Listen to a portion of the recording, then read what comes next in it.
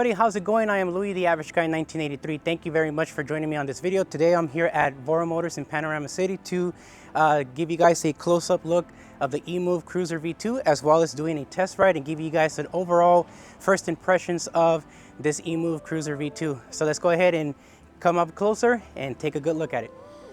Alrighty, so taking a good look here at the rear tire, this is a upgraded tire compared to the old one. This is a 10 by 3 inch, and you do have cable brakes, but they're also like a hybrid.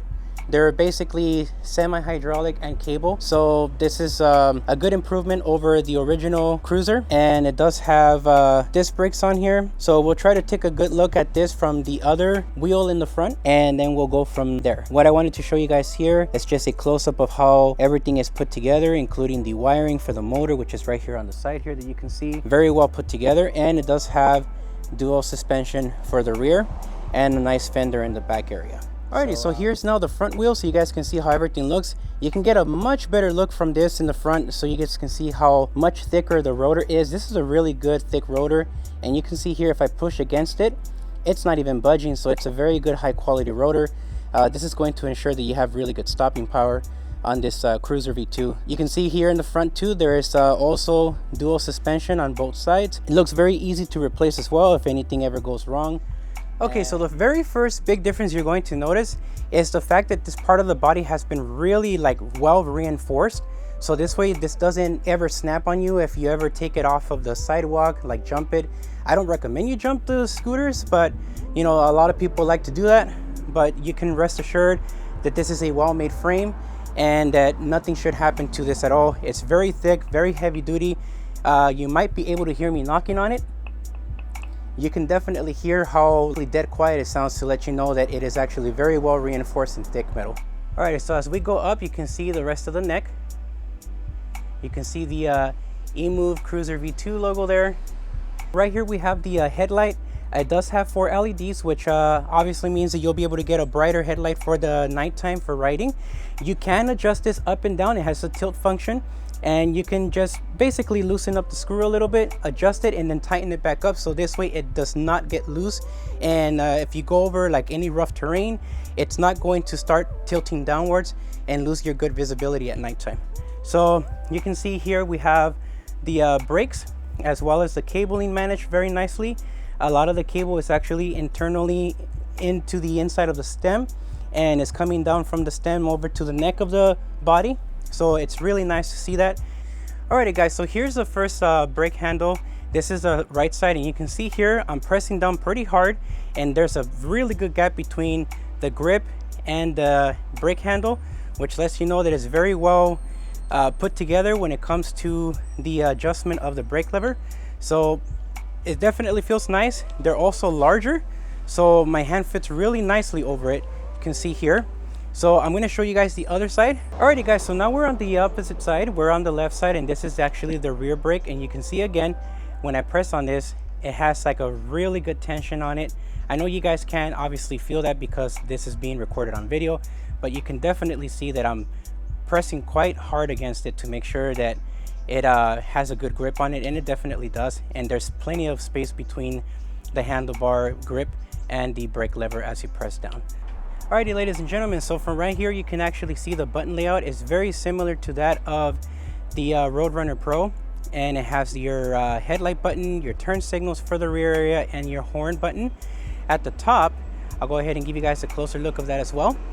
Alrighty ladies and gentlemen, so I did turn up the brightness just so you guys can see the buttons. Right here is the same deal as the Roadrunner Pro. You have your gear selector here for your plus and minus, your power button, and your memory button. Very same like deal as the Roadrunner Pro.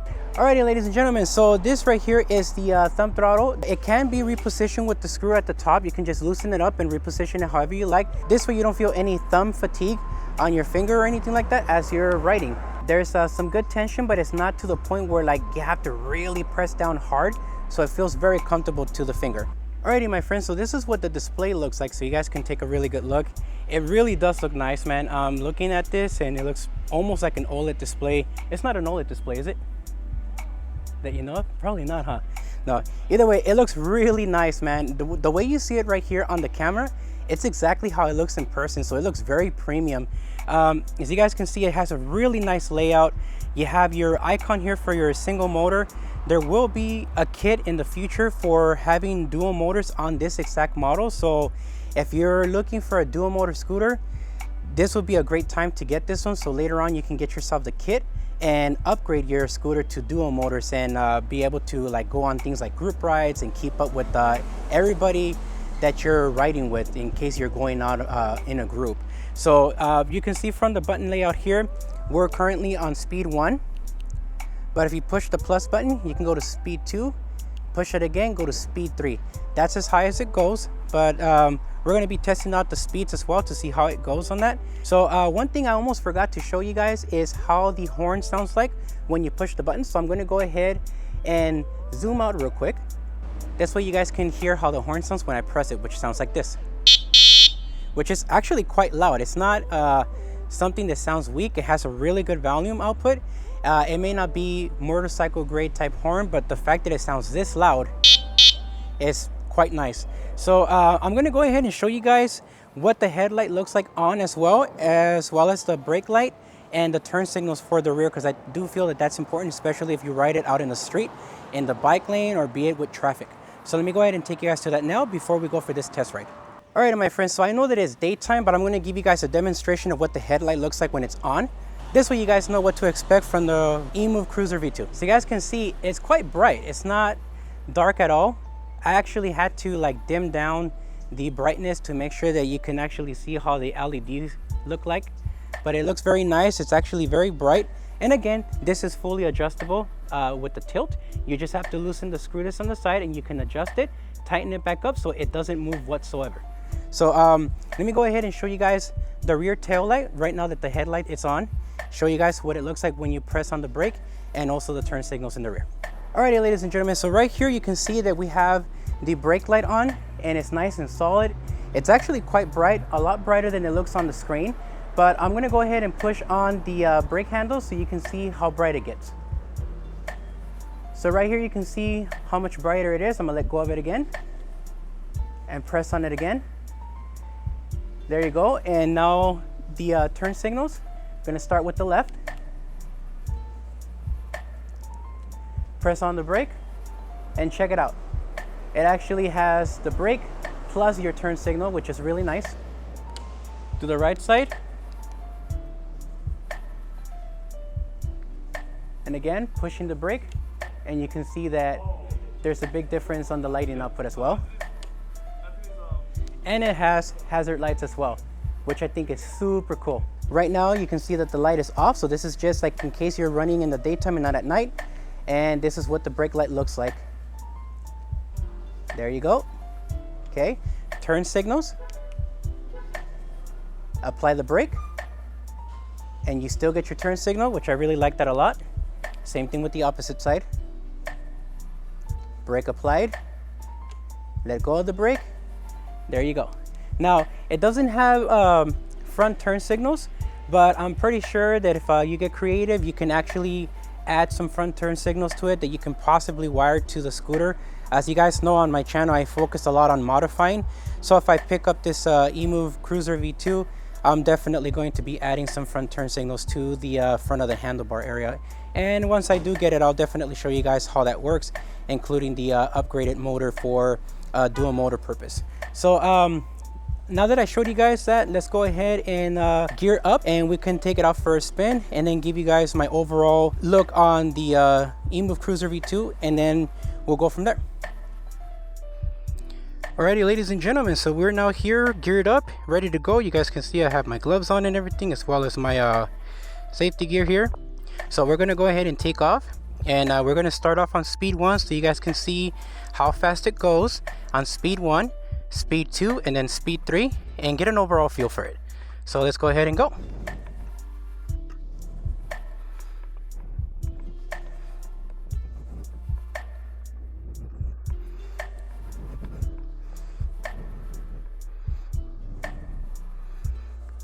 All right, this feels pretty good.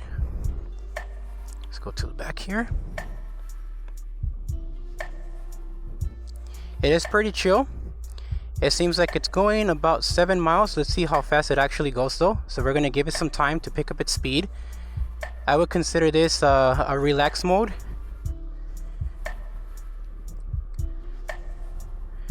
So far it's doing between 9 to 10 miles an hour. 11 now, so not bad. And again, I want to give you guys a feel for what this is. So far it's topping up at 11 miles an hour. Actually 12 now. It changed a little bit. Okay, now it does feel like it's topping out. All right, let's slow down real quick. And we are going to adjust the handlebar height just a tiny bit. It's a little too low for me. Alrighty, ladies and gentlemen, so we're in gear 1. I went ahead and I readjusted the handlebar height a little bit so that this way it can feel a little bit more comfortable for me to ride. We are in gear 1, so we're going to see how fast it goes.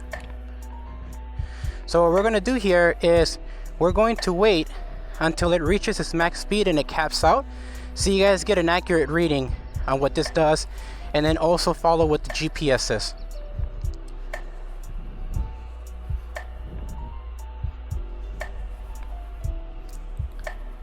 So far it says 9 miles. It just creeped up to 10.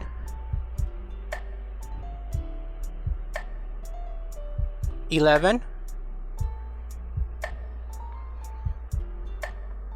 12.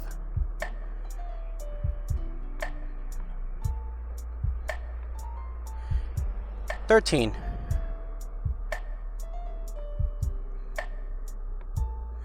'And it dropped back down to 11. All right, cool. Let's go ahead and slow down. All right, so it basically went up to 13 on the display, and then it went slightly back down to 12. It was basically flickering between 12 and 13 miles an hour. So now we're going to increase it to gear 2 and see how it does. Okay, a much better takeoff.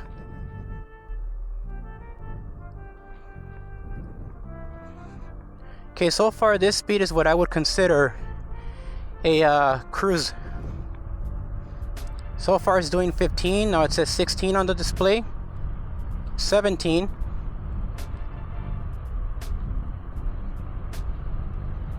18. And again, we want to focus on what the GPS says, but I'm reading to you guys what the display says. Now it says 19. Back down to 18. Braking is actually quite well.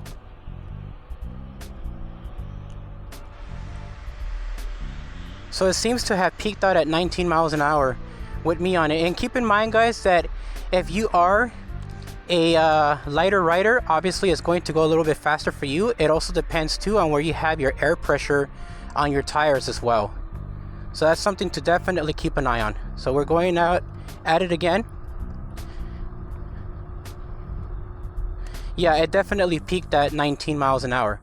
All right, so gear 1 has peaked out at 12, technically speaking, because it did 13 for like a split second, and then it went back down to 12 based on the display information. And then gear 2 peaked out at 19 without it moving at all. So let's go ahead and go to gear 3 now, which is the fastest speed, and we'll take it out and see how it does.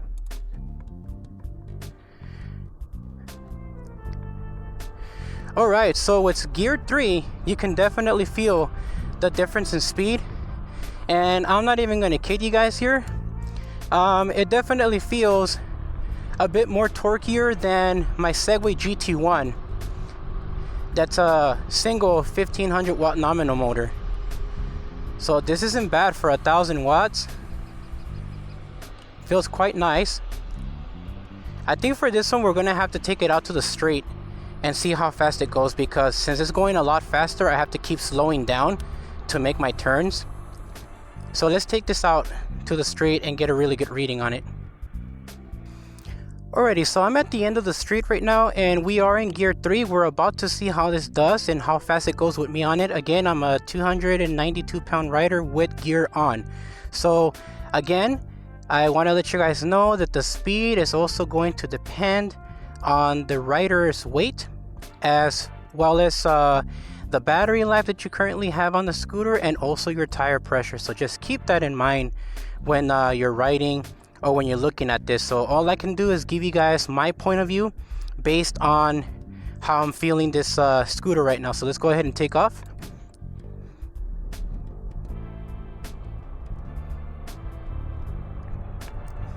Okay, I see 17, 18, 20, 21, 22, 23, 24 on the speedometer so far, 25,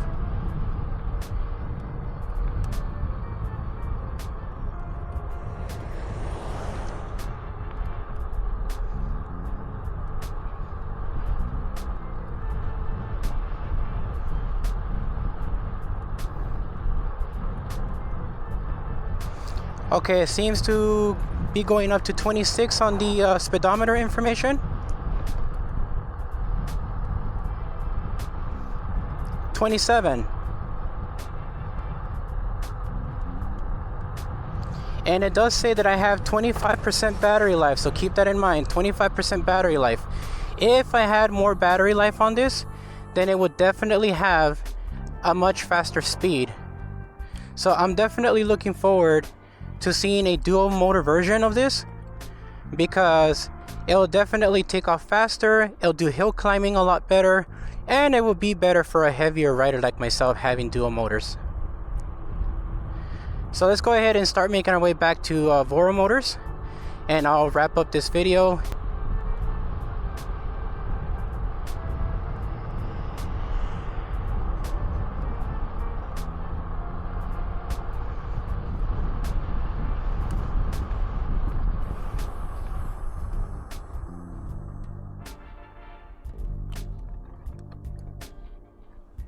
Alrighty, ladies and gentlemen, and this is going to conclude the video of the first look and impressions of the Emove Cruiser V2. Very impressed with it. I like the power, especially in gear 3. I think if I was to get one of these, I would stick with gear 3.